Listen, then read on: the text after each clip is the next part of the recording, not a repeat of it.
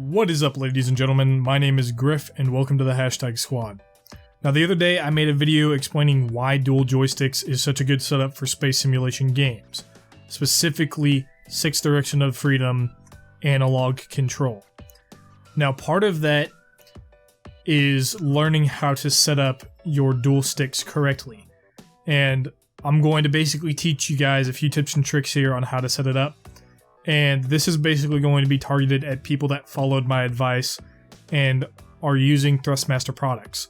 So when I'm teaching you guys this stuff, I'm going to be operating under 2 assumptions. Number 1, that at least for your left stick you are using a Thrustmaster T16000. And number 2, that with that Thrustmaster product you have downloaded the target software. So without further ado, let's get right into this. So right away, you're going to want to open up the target GUI when you get your Thrustmaster T16000 plugged in. When you're going about doing the whole setup, I highly recommend using this software. It's going to save you a lot of trouble in the long run, especially considering that Windows has a nasty habit of screwing up which joystick is which when you launch a game. So the very first thing I'm going to recommend that you do, open this up and create a new configuration. Now this is very simple and it's not as hard as you would think. I have a test configuration here. I'm just going to go ahead and overwrite that. But essentially what you're going to do is you're going to go up here to new configuration, click it, name it whatever you want. I'm going to name it test again. Click OK. Don't change anything. So just overwrite that if you already have a save that you just want to use another one for. After that, you're going to go and see this giant list of all their products. It's going to tell you which product you have connected, and there's going to be an option down here to include it in your profile. There's 2 ways you can go about this, and you can either, if you have 2 T16000s, basically combine both of them into one controller, essentially, that your computer will read, or you can just set one up to run through Target and the others to just run basically through Windows. I highly recommend you choose your left joystick. There's a few reasons for that, and I'll get into that a little bit later, but basically let's continue on with this. You're going to hit next, and then it's going to show you your accesses and allow you to configure those. Don't do that yet. Click next, go ahead and click finish, and then after you do that, you're going to want to go over here, select your new configuration now, and hit run. What that's going to do is basically run this joystick specifically through Target. Now you're going to want to go to Device Analyzer, click on this drop down menu here, and then go to Thrustmaster Combined. Now essentially what you want to do here, and it looks like there's a lot of stuff on the screen and all this stuff, don't worry about that. All you're doing is you want to move your right joystick, and when you move it, you shouldn't see anything happen. When you move your left joystick, that's when you should see things start moving. And that's all you want to see. That's all you're checking here, is that Thrustmaster is only recognizing your left-handed joystick. So after that, you can close out of that, you can stop the profile, it's going to bring back this menu. This next part is very important. You're going to go back to your profile and go to edit. It's going to still have your left-handed joystick selected, and you're going to want to hit next. Now from here, this is where there's an extra step that really makes the Target software shine. So you're going to go up to here to the Joy X. You're going to want to click this arrow, okay? And that's going to bring up your curve. Now, you're not going to want to mess with your curves yet or anything, but you're going to want to go to the dead zones over here. And there's one called center. And basically what this does is it allows your stick to have a certain amount of play before it actually starts receiving an input. And this is going to be very huge for your left-handed joystick, because when you're pushing forward or pulling back, because you're not used to having that dexterity, there's a high chance that your arm's going to wander just slightly, and it's going to throw off your vector, and it's also going to ruin your speed. So what I would highly recommend here is taking the center and just cranking it up to somewhere around 30 to 40 and play with it there. See if that's enough of a dead zone for you. If it's not, you can increase it. If you feel it's too much, you can decrease it. But just play around with it a little bit and just get a feel for it. So that's all you got to do when you basically get this and run through target. That's the only things you have to do. Now there's a lot of extra stuff that you can do in target. I'm not really going to go over that because I personally don't use it and it's not necessary. But these 2 steps I feel are absolutely necessary when you are setting up your joysticks for the first time. After you do that, go ahead and hit save and then exit to dashboard. Now that you've got that going, I'm actually going to switch back to my default T16000M configuration, and every time you want to use your dual joysticks, you have to use run. So every time you plug in your joysticks for Star Citizen, Elite Dangerous, whatever, you have to hit run. Otherwise, your sticks are going to get messed up again. So once you do that, you can just minimize this, and then let's go over bindings for Star Citizen. So I'm going to launch the game, and there's a few very, very helpful things that you can do in here, and I'm going to kind of touch on those real quick. I'm not personally going to tell you how you need to bind your 2 sticks.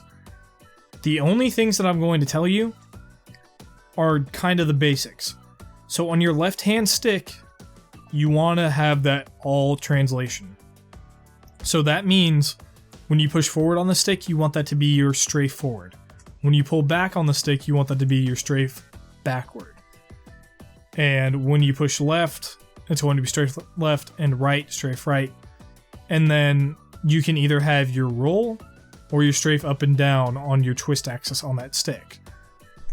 So the very first thing I would recommend going and doing is going to your keybinds. Leave it on flight, go to advanced control options. You'll see up here keyboard mouse, keep clicking until you see joystick and HOTAS. The very, very first thing I would recommend is opening up every single one of these and just clearing them all out. Just get rid of every single bind. That's going to help you out a lot, and it's going to prevent you from multiple bindings if you don't want multiple bindings. And basically, it's going to allow you to customize your key bindings exactly the way you want it. So when it comes to binding your strafe left and right, I'm going to tell you a few things here. You don't want to do it to these singular strafe left, strafe right. What you're going to want to do is you're going to go to the strafe left / strafe right. You're going to want to double click on that and then basically just move your joystick to the left or move your joystick to the right. And then that'll basically give you the input of X. It gave me the regular X instead of my X input 3 because I don't have my Warthog plugged in currently, so that's why it gave me that. But basically it'll give you your X axis, and it means that when you pull left, it'll go left, and when you pull right, it's going to go right. You can do the same thing with strafe forward, except you're just going to push forward on the stick instead of left. And then if you want your strafe up and down on your twist, then basically all you do, you double click and then you twist the stick, and that would bind it to your Z axis. So that's all you have to do for that. Now, I would highly recommend you keep strafe up and down on your left stick and you keep roll on your right stick for your twist axes. Excuse me, but you can change that if you want. Now, the second thing that I'm going to say that you need to do when you finish up getting all this the way you want it is you're going to want to go to control profiles. At the top, there's an option that says export control settings. Highly, highly, highly, and I cannot say this enough, I highly, highly, highly recommend that you do this. So you're going to have this option, click on it. All you're going to do is you're going to name it. So I'm going to name it Dual Stick Dummy or something like that. And basically all you're doing, you're going to hit export. It's going to save your profile. That means when you come here, and there's a new patch, you can just scroll down or import it essentially, and you'll be able to grab that profile and pull it in. You see the Star Citizen one? That is one of those profiles that I've actually saved. It saves you a whole lot of time in the long run, and it allows you to just pick up and play every single time there's a new patch that changes the key bindings. Other than that, you might actually see some slight issues, such as when you do strafe forward or strafe left, you might see that when you push forward, you might actually move backwards, and when you pull back, it might go forwards.